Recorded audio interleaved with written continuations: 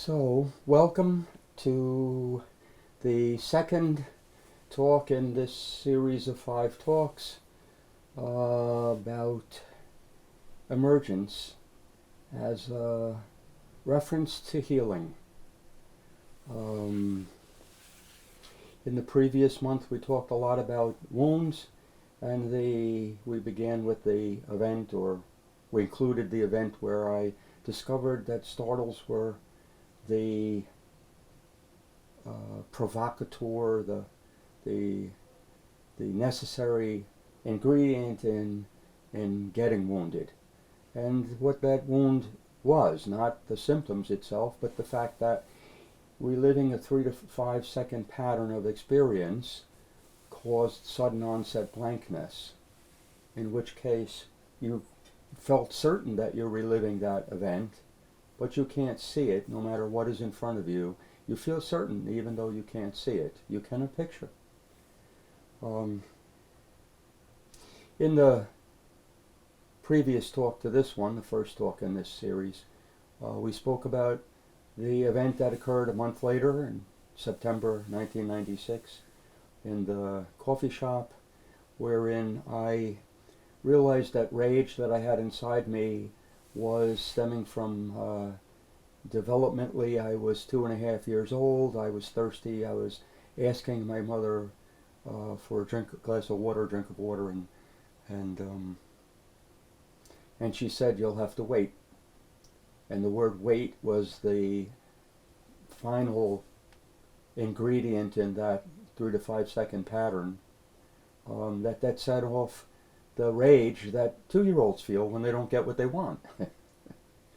I also spoke about how I was trying to find a way to heal based on having discovered that the problem was suddenly going blank.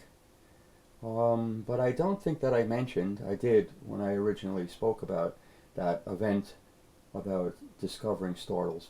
I don't think I mentioned in the previous talk the realization, perhaps one of the more important ones, certainly one of the more important ones in my life, is that because when we harm ourselves or others, we are blind, essentially. Even if we have intention before, and even if we're happy about it afterwards, during the moment where the harm is done, we're blank. And that immediately provoked in my mind the thing from the Christian Bibles, the New Testament: "Forgive them, for they know not what they do." So what I did not include, because I was telling a story and not taking the story apart in the previous talk, I did not include that the onset of my standing there in that coffee shop, to the side, other people are getting waited on while I'm waiting for the decaf to be made, that the onset, the main thing that began it, was that innocence was something that came into my mind.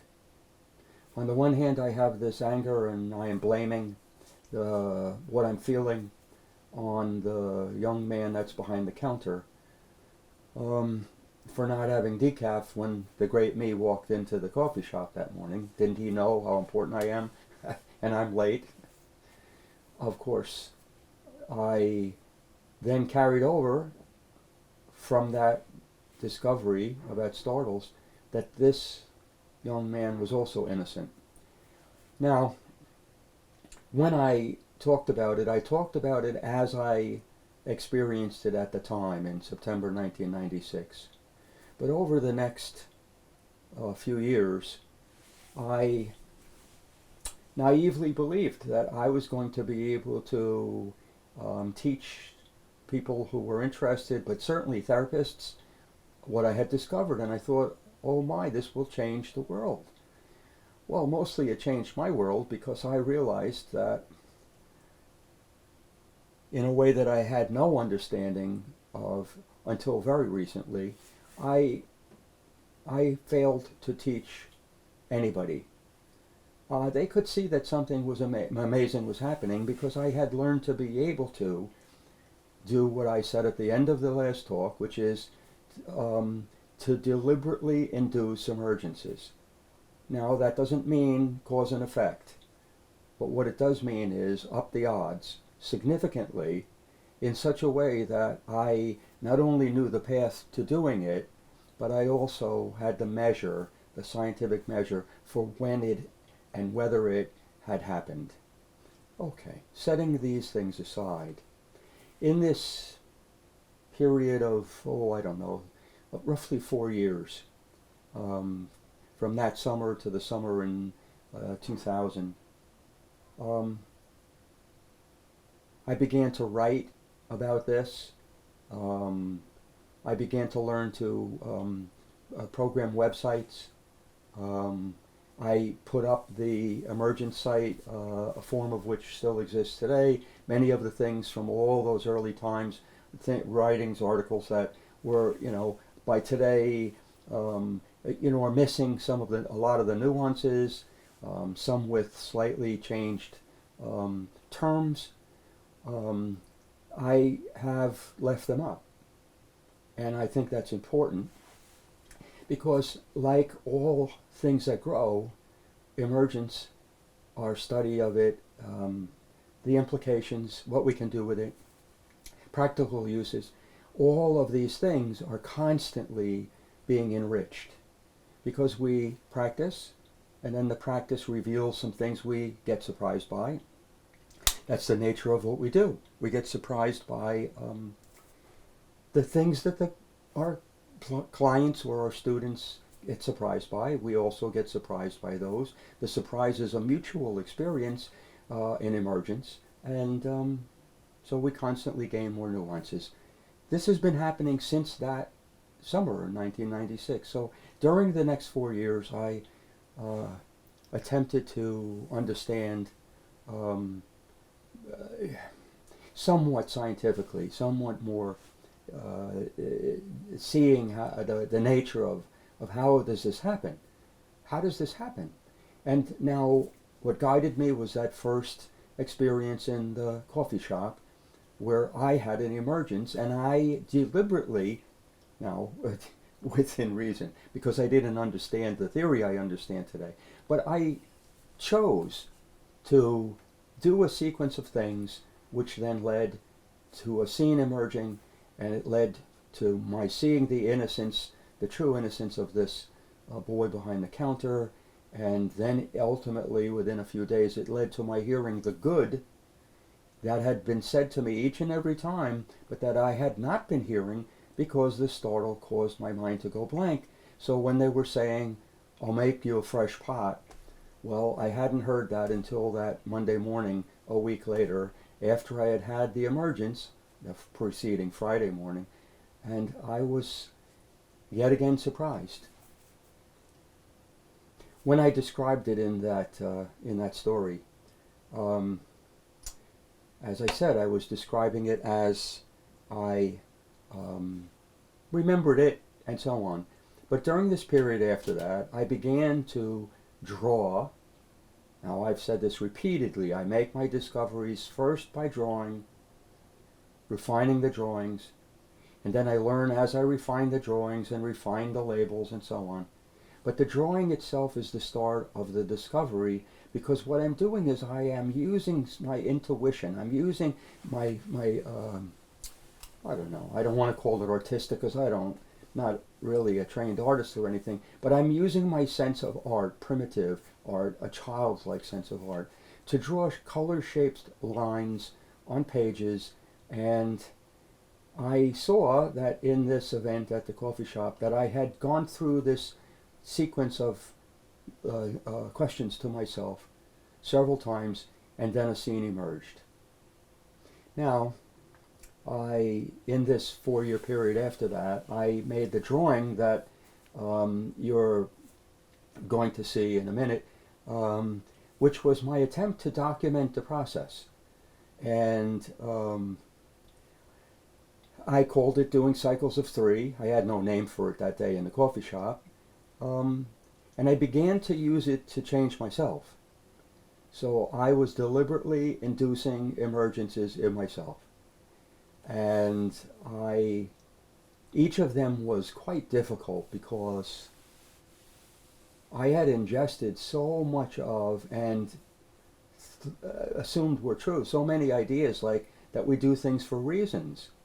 So much of the therapy of the day, and even today, the therapists try to reason out what people are doing and get them to see errors in their logic, or errors in their logic of their behavior, or illogic of their behavior, and so on.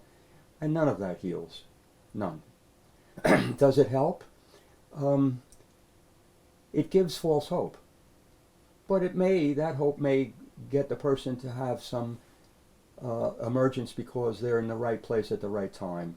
One of those breakthroughs, those legendary breakthroughs that therapists make once a year or two with a client, hopefully anyway. So, doing cycles of threes. So I am going to tell you a story in this talk of what is one of my more significant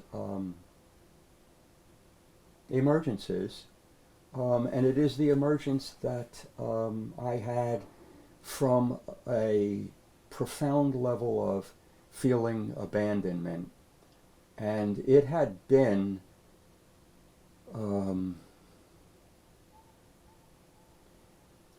disabling my ability to live up to what I believed, who I believed I should be, how I should be treated, etc., as you'll find out. But what is important is now I want you to look at the drawing, and I want you to look at what was formalized in this time. And I was using this through the early 2000s, titled Cycles of Three, and it has 3 steps and a 4th event. And really, the way this is on this paper is really the same sequence as I then wrote about in the book that was published in September 2020, the book on therapy that I co-wrote with Sam and Maria, my 2 apprentices. And but in that book, I talk about using cycles of 3 to heal my fear of heights. The way that I describe the steps, if you look closely, it's the same 3 steps and the same result at the end, but it is more, after a couple decades of understanding how this works, and there is a difference. And I am asking that you use this diagram to begin to learn this, because all of you, it would be quite an important thing for each of you to be able to induce an emergence in yourself. The experience of this would be something that would guide you every time you sit with someone else. As it did with me after I had that first self-induced emergence in September 1996. So what are the steps here? What are the cycles of 3? What are the 3 things? The thing that I did not mention is the first step here, and it says, in effect, acknowledging the blamelessness of this thing that you are focusing on as the cause of the suffering. When I did Cycles of 3 on myself to heal my fear of heights, I was standing on the cliffs at Amalfi. I was holding on to a railing for dear life. I am shaking. I am scared. And I remember looking out at the view, a beautiful view, but being unable to touch the beauty. I can picture the water and the curve of the cliffs as it goes around, and there's a harbor beneath me and so on. But I remember saying to this view, in a very, I guess, pagan way, but that's not me, but in a way that is giving a character to the bay, to the water there. I know it's not you that's causing this pain. Now I want you to stop at that step and consider this. Let's say that you are fighting with your boyfriend or your husband or your father, and you are for the nth time feeling talked down to, treated like a child. Let's be more specific, because that implies that you're regressing and you are in a childlike state because that's what you feel. um, Now, in order to use cycles of three on this, something would have to be up. It would have to be in a period where you were actually reliving the thing. And now, the best time to do cycles of three is in a time where it's actually happening. Some things, some injuries are so situational that you leave the situation and it stops. Until you're in that situation again, you don't have to face it. But some, like these things like between you and important relationships, some of them are, you carry this for hours and days later. And very normal, it's a very normal thing in human nature. So when you are sitting, let's say you're sitting and you're going to do cycles of three, it is not necessary that it be some, red velvet cushion or in a sacred place or whatever. You can do this anywhere. I had done cycles of three in my office when I didn't have a client back then in the late 90s and early 2000s, and I'd close the door and I'd sit in my seat and I would close my eyes and I would picture this person, place, or thing that I was so angry at, or I was so sure that had harmed me, or that I had harmed, that I had done wrongdoing. But I pictured this thing that was causing me to suffer, pictured it, and I knew I needed to have some ability to picture this. And this is material that comes before the startle. That's why you can picture it. It's before the startle. It's before the screen of your mind gets turned off. And you might picture the person's clothing or the room that they're standing in or their shoes or all the small details. In this case, when I was at Amalfi, I was picturing the water, the view, the mountains, and notably, I could not feel the beauty even though I knew about it.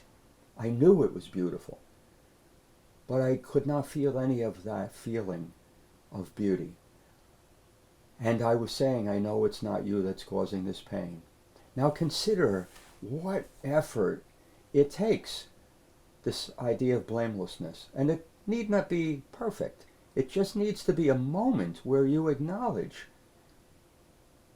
that whatever is the object of your anger or your fears or whatever it is, that this is not what's causing your pain. Now, you can't just say the words, because nothing happens if you do that.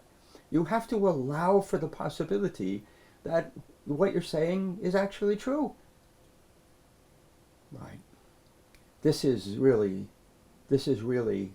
a reliving of that moment where I discovered startles and I heard that sentence from the gospel, "Forgive them, for they know not what they do." I have had people over the years tell me that I am too good to be real, that those kinds of things, they're not real. People, I'm just saying them, and I can understand why they would say that. I really can. Take a moment to think about what it's been like for me since that event. That I am a freak in human nature, and I don't regret it, but it is painful. It is painful to know that innocence. When I'm in situations where people hurt me, I can get very angry. Anger is not blame. But I cannot, I can't say you knew that you did it and you deliberately did it, or like even as I'm saying those words now, they're empty. I can say the words. I cannot feel it. When I'm reliving an injury, this is a different part of me, and a different part of all of us. And so it is necessary to start your attempt to deliberately induce an emergence in you by saying, add a picture to a vision in your mind. I know it's not you that's causing this pain. Now I want you to consider what that's like in cases where it's extreme. If a person has been molested, as I was as a child, in order to heal this, you have to picture the person who molested you, their face. And you have to say, I know it's not you that's causing this pain. Now you see how it is taking effort for me to do this, because as I feel the truth in it, it hurts me. It doesn't hurt me that I can't blame. It hurts me about all the times that I have blamed. Does it mean that it's okay that the person hurt me? Oh no. They are responsible. They are responsible. But at the same time, I understand that in the actual act, that moment, they were blank. So they are responsible, because it is them that did the harm. But is it their fault? Not in the way that we want to believe. Not in the way that the old therapy tells people to believe. Like, that's why they say, oh, it's your mother, oh, it's your father, oh, they didn't teach you the right things. You think that's helpful? Oh, being angry at your parents and seeing them as flawed, normal human beings, yes. Seeing it as their fault about you hurting as a 40 or 50-year-old person? Hell no. That does nothing to help you, and it certainly doesn't help you to move toward emerging from that suffering. So, step one in the cycles of three is to picture the thing that you believe is causing this suffering in you, and to say inside your head, in your mind, hear the words, I know it's not you that's causing this pain. So number two in this cycle of three things is to sense your age. Now, this is also something that can be quite hard, because to actually be able to sense your age means that you have to have connections to what children are like as they develop at different ages. Not perfect, just a sense of it. If you're a parent, then you have watched children go through those stages, so that you know the rage that a 2.5-year-old can have. And you know that that rage is different than the anger of a 3.5-year-old 1 year later. And the repressed anger of an 8-year-old who is not going to risk losing the favor of their heroes. Like, there are different experiences that we have that are rooted in an age. They first appeared at a certain age. So I knew that I came to see that I was reliving something when I was in my 3rd year of life, 2.5 roughly. And I felt that. And as soon as I connected the idea that the rage that I had and the homicidal rage, the words that were said, that I felt, which comes in the 3rd step, right? But I came to realize that 3rd step, when I asked myself, what am I feeling? What am I experiencing? And the words homicidal rage came into my head almost like I didn't I didn't understand them. They simply came into my mind. I didn't have a real connection to them yet, even though they were correct. My mind was telling me something that I was incapable of experiencing yet. What? The connection between that 2nd step, being 2.5, and that 3rd step, homicidal rage for not getting something that I asked for immediately, like I was the little king. So, I know it's not you that's causing this pain while you picture what you think is causing it.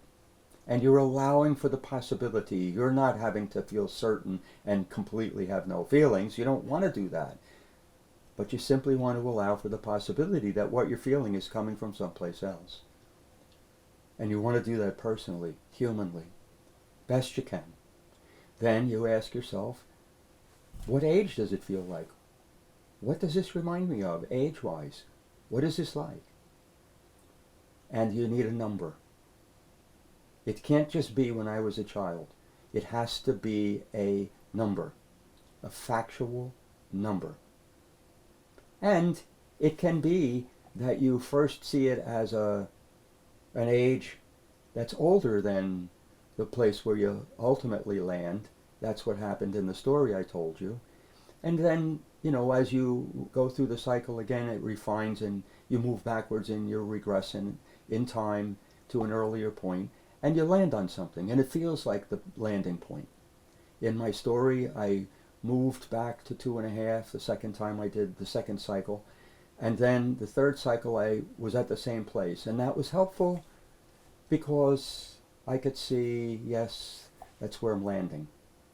Okay. So, now, in the story I told you, I talked about trying to see what was there as a step. And in the early times, in that time in the coffee shop, I did do that. Afterwards, when I wrote up this doing Cycles of Three, and I began to practice it myself and teach it to a select few people that I thought could actually do this themselves, I came to teach what's on this drawing. Blamelessness, age, spiritual state. What emerged was a scene. So I think even in the book, the therapy book, when I talk about healing my fear of heights, and I'm standing at that railing, I do say the blameless thing. I do say, what's my age? I do say, what am I experiencing? And then I look for the scene. Why don't I call it Cycles of Four? Because I'm not cycling through the fourth one. I'm only cycling through 3 things. But at times I'm in a hurry, mostly when I regress to a young age. And I was, I believe, 5 or 6 in that, the scene that emerged that day on the cliffs at Amalfi in Italy. I was 5 or 6. I can picture it now as I am telling it to you. Had known about that all my life, but it never had any importance. It never was connected to my reliving what had happened that day. A story for another day. So, there are 3 things you cycle through, and then there is the point of it all, which is that a scene emerges in which you see what I have come to call a representative event. Is it the original event? It could be. Is it a composite event of something you have felt plus something you've seen in a movie? It can be. Is it simply something that you have imagined or seen on a television show, and then you put yourself as the character in the scene? It can be. You see, none of this matters. This is the old therapy that believes life is literal, and that our minds are literal, and that memories are literal, and no, they're not. But the fractal pattern, the recognizable pattern that always repeats differently, it's the recognizable part of the pattern that is the trigger for us reliving the startling event.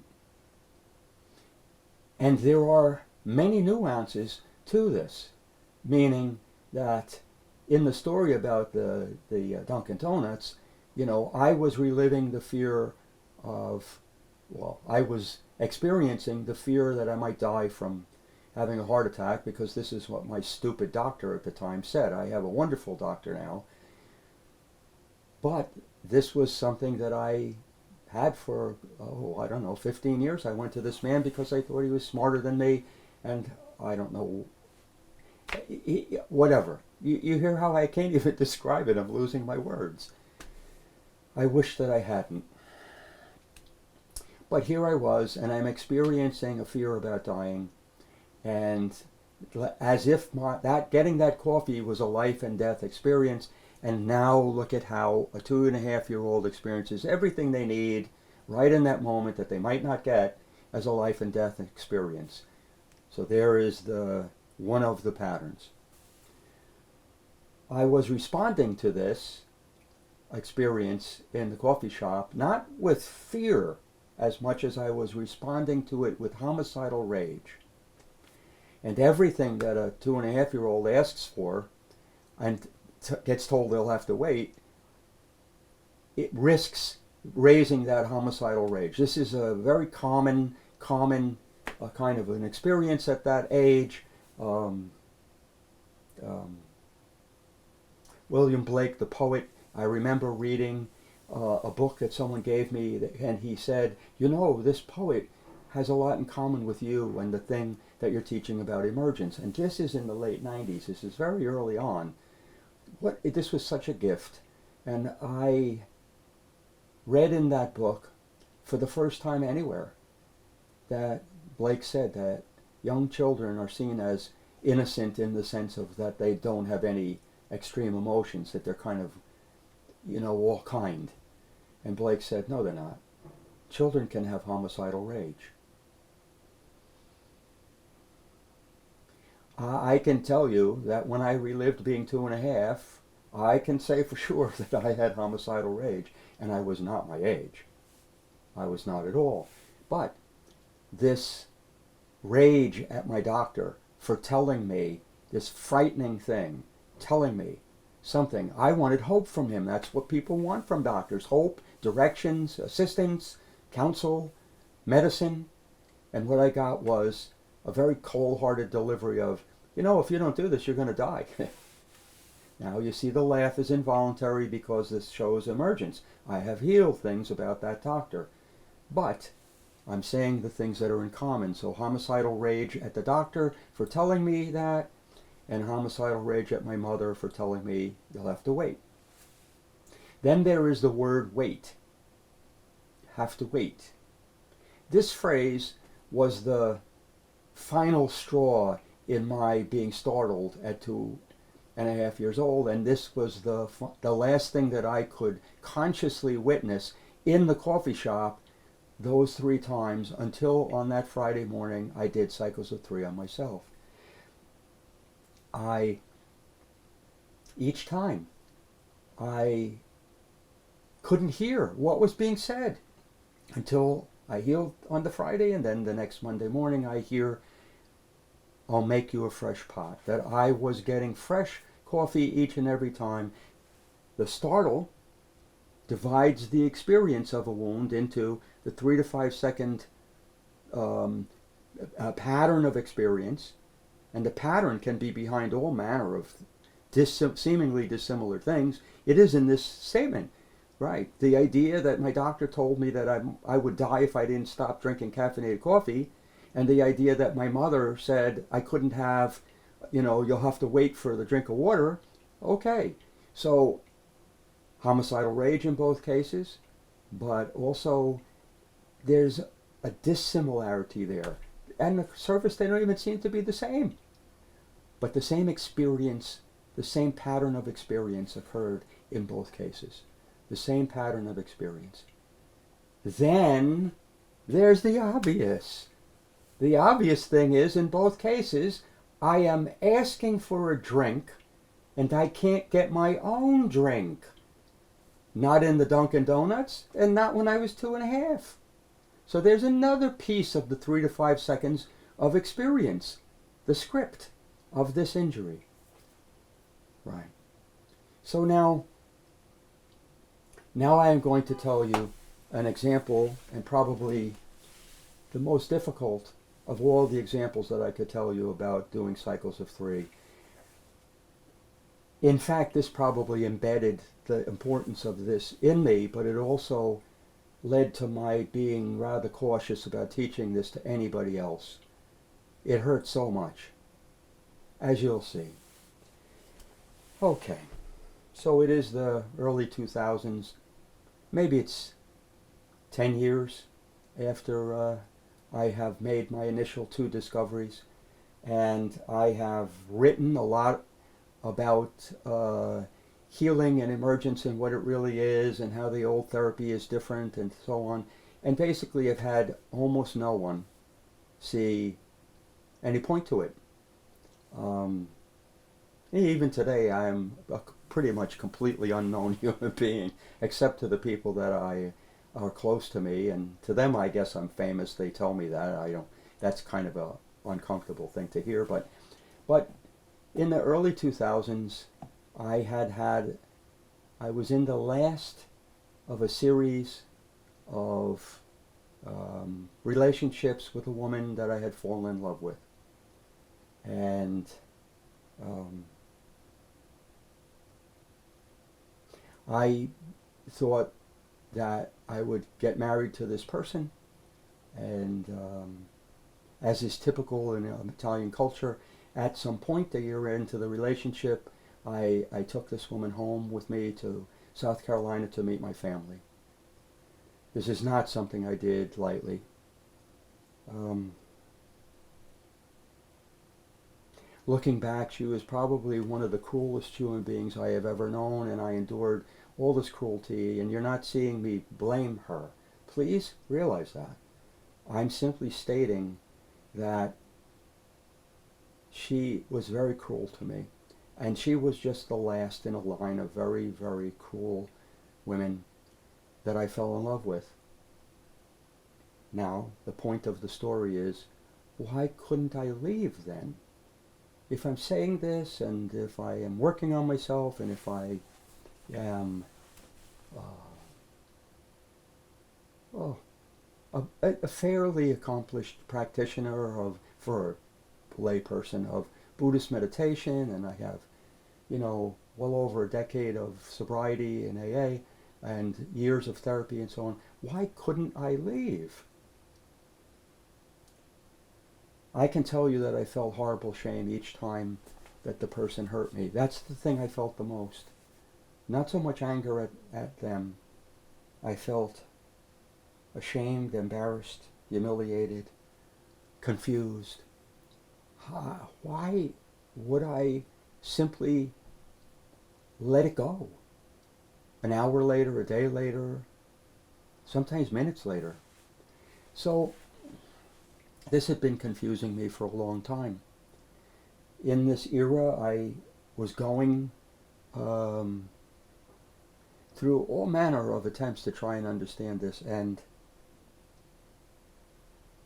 I came to some behavior that I had done a number of other times, which is that with this woman, this particular woman, she was being mean to me yet again, screaming that I'm a liar, all manner of things like that. And ironically, I'm a pathologically truthful person and have had to learn to accept that sometimes you lie to not harm a person. But I snapped, and I told her to get out of my house and don't come back. This was far from the first time that I did this. I had done this many, many, many, many, many times. And so I can picture right now, as I'm telling you, that I'm sitting in the living room on the couch. She was standing in front of me. We were arguing. I told her to get out. She walks down the hallway, and I hear the door close. And as I hear the door close, I completely lose it, run toward the door to beg her to come back. This is not easy to acknowledge to you, that that's who I was, but it is. So that afternoon, can picture myself, and I have decided to do Cycles of Three. So I'm sitting on my couch, and then I move to the floor. I don't know why. Doesn't matter. I let my body guide me, and I'm sitting on the floor, and I have closed my eyes. And I so feel that feeling of wanting to beg, that I'm desperate, that if I don't get the person to come back, that I will die. I knew at the time that abandonment can't happen to an adult. An adult can take care of themselves. A baby cannot. The feeling of abandonment is the feeling that a baby feels when the baby is afraid they'll die because there's no one there. And that is what I was feeling. I asked myself,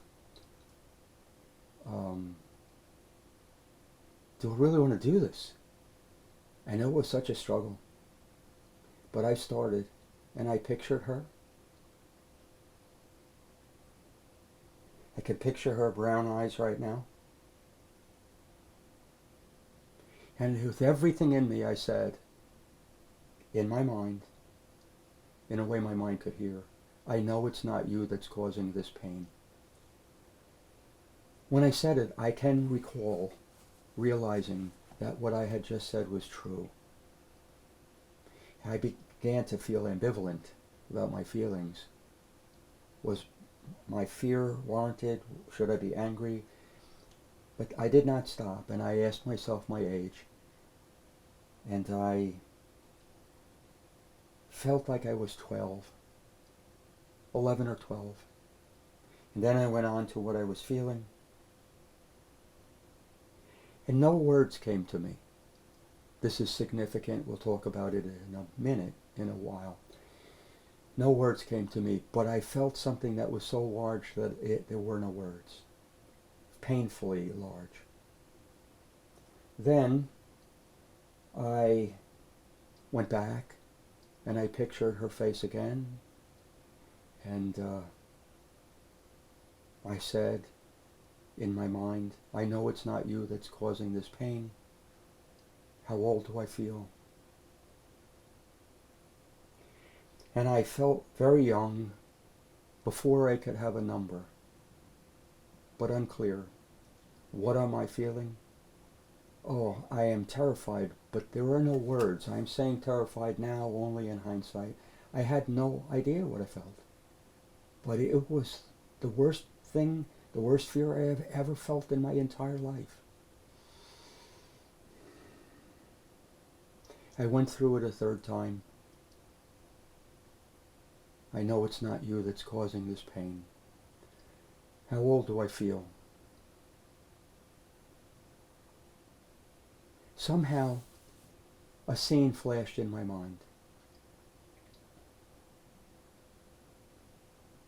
I don't know how I know, but I am on my back and I am a baby and I'm only weeks old. I cannot roll either way. My mother is leaning in to the crib. It's a white crib. Kind of tucking a blanket around me. And she stands up and walks toward the door to that room. The room wasn't very big. Vaguely I can see that she shuts the door but not completely, and there's a light on in the hall.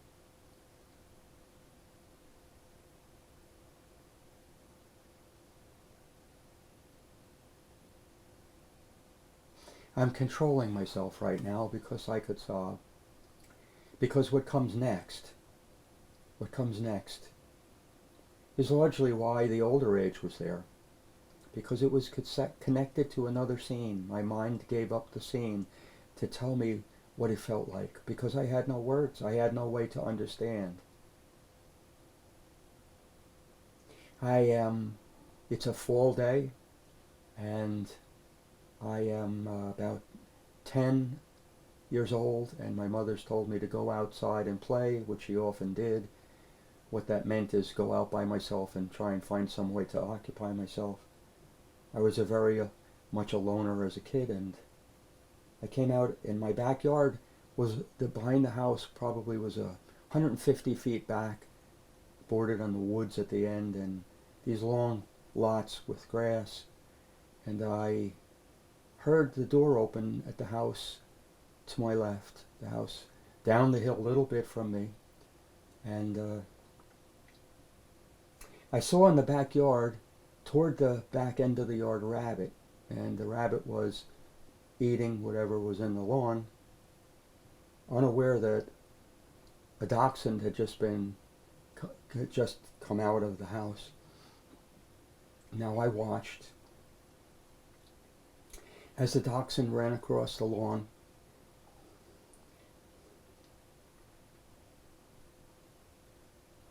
and grabbed the rabbit by the throat and killed it.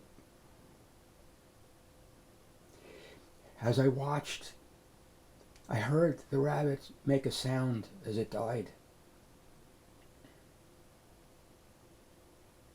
My mind then flipped back to me in that crib on my back. I was the rabbit.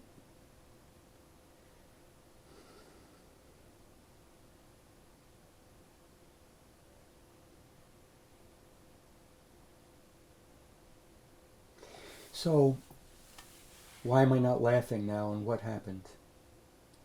As I said, this is probably at least one of the 2 or 3 most painful things I've ever experienced in my life. Not the original event, because quite honestly, I cannot know if I actually ever had that event at 3 weeks old or so. I know that I had the event of seeing the rabbit, but I don't know if any of the details are changed. And it doesn't matter. Because after I opened my eyes, and after I stopped sobbing,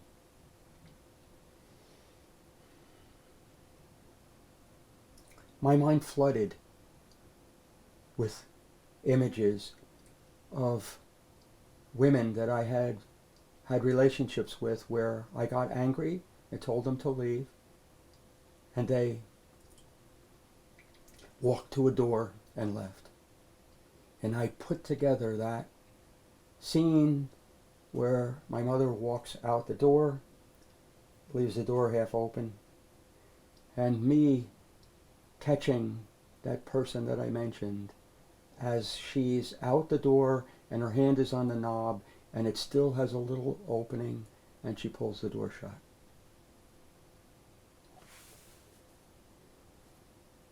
When people learn, therapists learn about PTSD, they learn about flashbacks. And the flashbacks are to the time, the 3 to 5 seconds, the time before the person is startled. My friend Tony, who used to lead hikes for veterans, he was leading a hike one summer with his wife and I. We were right in the front with him. And he stopped. And he just stood there silently. And his wife and I knew that he was reliving being in Vietnam in the foliage. And he was frozen and lost. After a couple minutes he came out of it, nothing was said, and we just walked on. So I know about flooding before the startle. But you see, what I'm telling you is that I had flooding, and that we all have flooding after an emergence. It's symmetrical. The way down into hell and the way up into heaven. And the flooding that I had was all of those times where I had this, I was resigned to that I had to do this, it was crushing me, just being mistreated. I knew it was being mistreated. I was ashamed. I hoped no one would ever see it.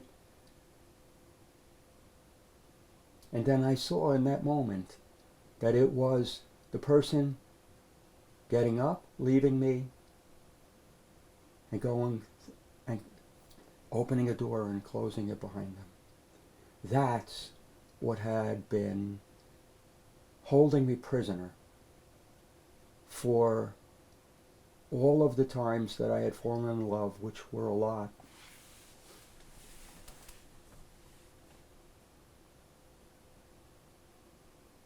Why am I smiling now? Because you know what? That was the last time.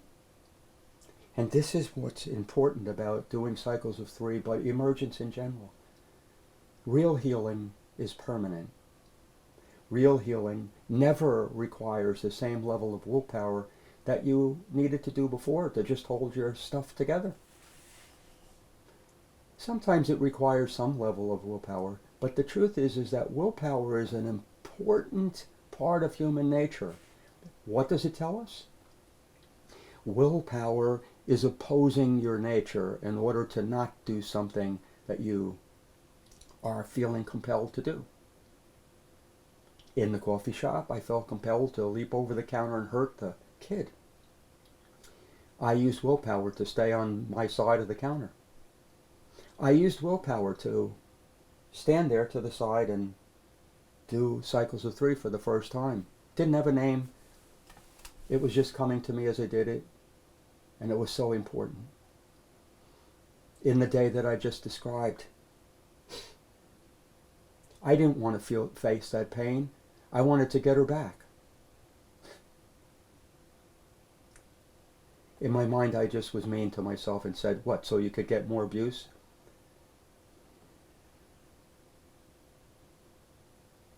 And you see how I have a dialogue on both sides of the fence? That I have the adult me, the healed me, saying, don't be unkind to that person you were. A tiny piece of it is willpower, but the most of it just comes to me without effort. And the part that comes without effort is the part that's healed. It's become my nature to have that kindness to others and to myself. I can't help it.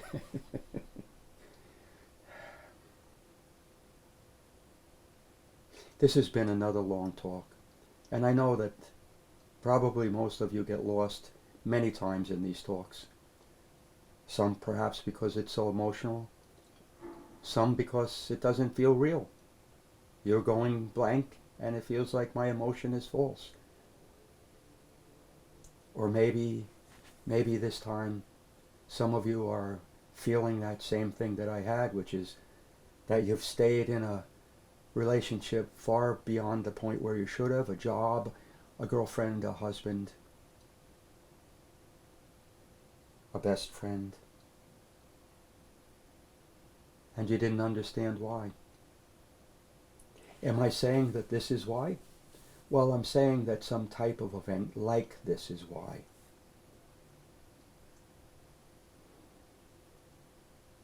I have in fact never read another story like this one. Even though you'll have read stories that have this kind of a pattern in it, including the one in the coffee shop where I was 2.5 years old in a 40-something-year-old body.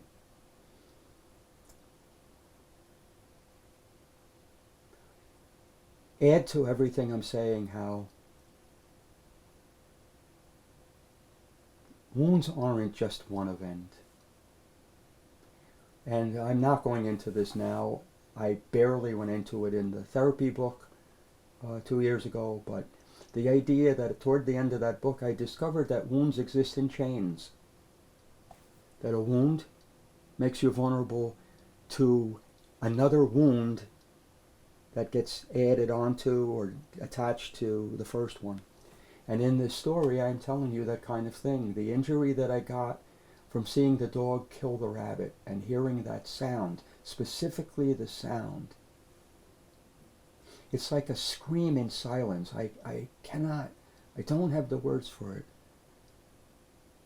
But to immediately then connect to that's what I felt like in that crib. Connect. I hadn't experienced that as a baby, so I couldn't have been reliving it. But the other direction, when I saw that rabbit get killed, in some way that I cannot explain, it was connected to what happened to me in that crib. And it would then play forward and connect every time that I felt like I would die when somebody walked through a door after I got angry at them and they left. Ultimately, the proof for this being everything I'm telling you is that I have never had it again. No way. And it isn't just with a girlfriend or a wife. It has been with everybody from nasty utility company customer service people to those horrendous, I fail to call them human beings, I don't want to, but I suppose they are. They're human beings that call to scam old people out of their Medicare money, their retirements. I have to admit I'm very mean to them. I almost always laugh. But if I was seeing the person's face, I think that I couldn't do it at all. I think I do it and I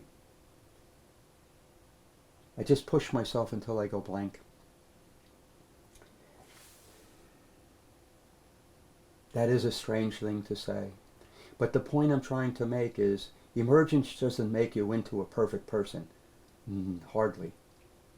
It does increase your ability to love magnitudes greater. Just exponentially increases your ability to love. Even people that you see as your enemies. But you are, after all, and I am, after all, still human. It is still an imperfect love. And I don't even feel the need to explain that whatsoever. I speak up for myself more and more every year. Not because I have learned, but because that lifelong experience of, if I am angry, someone will leave me, and then I'll be that 3-week-old baby in the crib, and I'll die. That feeling is gone. Oh, there's a shred of it. You just saw me wince because it was an imperfect answer, but for the most part, it's so non-existent now that it makes me laugh when I think, oh look, the big baby. And indeed I am a big baby. And look at me laughing about that. And that is a tremendous difference. My laugh has love in it. It has the same kind of love in it as when I laugh with you. Each and every one of you. Thank you for hanging in there till the end, if you did.